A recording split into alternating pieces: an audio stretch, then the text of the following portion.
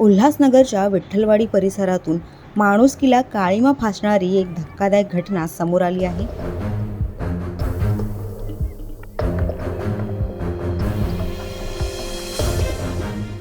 दोन कुटुंबांमध्ये झालेल्या वादातून काही महिलांना अमानुषपणे मारहाण करण्यात आली आहे।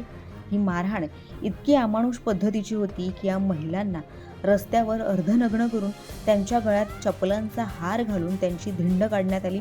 या सगळ्या घटनेचा व्हिडिओ सोशल मीडियावर व्हायरल झाल्यानंतर त्यावर आता संतापजनक प्रतिक्रिया उमटत आहेत। मिळालेल्या माहितीनुसार धार्मिक कारणावरून दोन कुटुंबांमध्ये वाद झाला। हा वाद इतका विकोपाला गेला की एका कुटुंबातील जमावानं दुसऱ्या कुटुंबातील महिलांना अमानुषपणे मारहाण केली आहे। एका गटातील संतप्त जमावाने संबंधित कुटुंबाच्या घरावर धाव घेत महिलांसह त्यांच्या कुटुंबियांना मारहाण केल्याचा आरोप आहे। पीडित महिलांचा सार्वजनिकरित्या अपमान करण्यात आल्याचाही आरोप करण्यात आला आहे।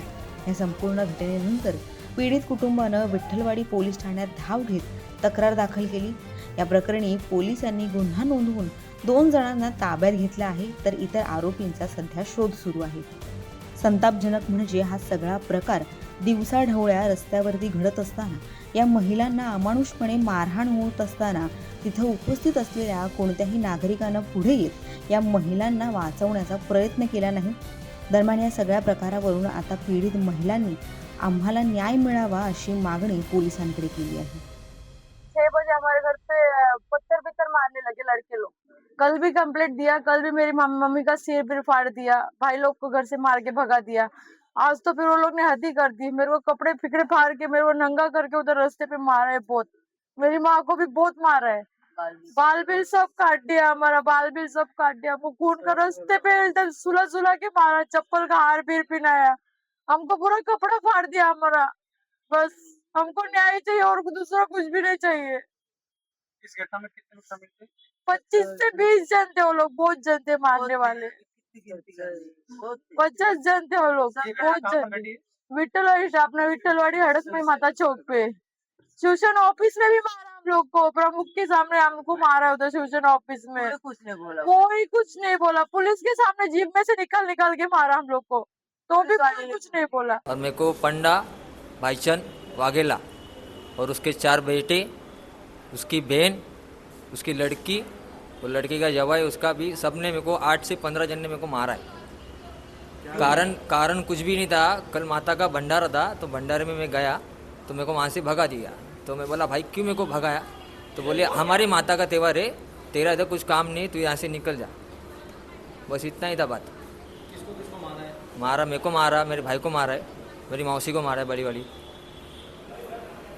मेरी वाइफ को ही मारा, अभी आ रही है। मारते समय कौन थे, कुछ नाम मालूम है?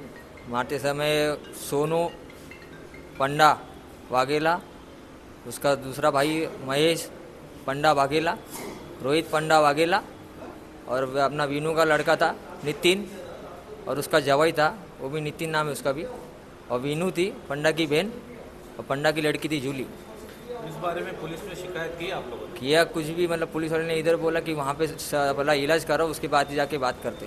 गुन्हा रजिस्टर क्रमांक 205/26 याच्यामध्ये भारतीय न्याय संहिता कलम 118(2), 115(2), 351(2)(3), 352, 189(2)(4) आणि 3(5) प्रमाणे गुन्हा दाखल आहे। याच्यामध्ये एकूण 7 आरोपी आपण निष्पन्न केलेले आहेत। त्यापैकी 2 आरोपींना अटक केलेलं आहे।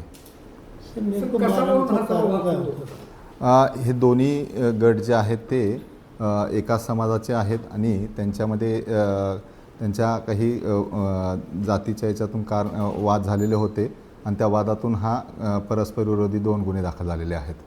सर, मंदिरात येऊ नका असं त्यांना सांगितलं जात होतं? हो, या अनुषंगानं तपास चालू आहे आणि या तपासामध्ये ज्या काही गोष्टी निष्पन्न होतील त्या पद्धतीनं आम्ही त्यांच्यावर अतिरिक्त सेक्शन लावून कारवाई करत आहोत। सर, एकूण किती जण जखमी आहेत याच्यामध्ये आणि किती जणांना अटक केलेली आहे?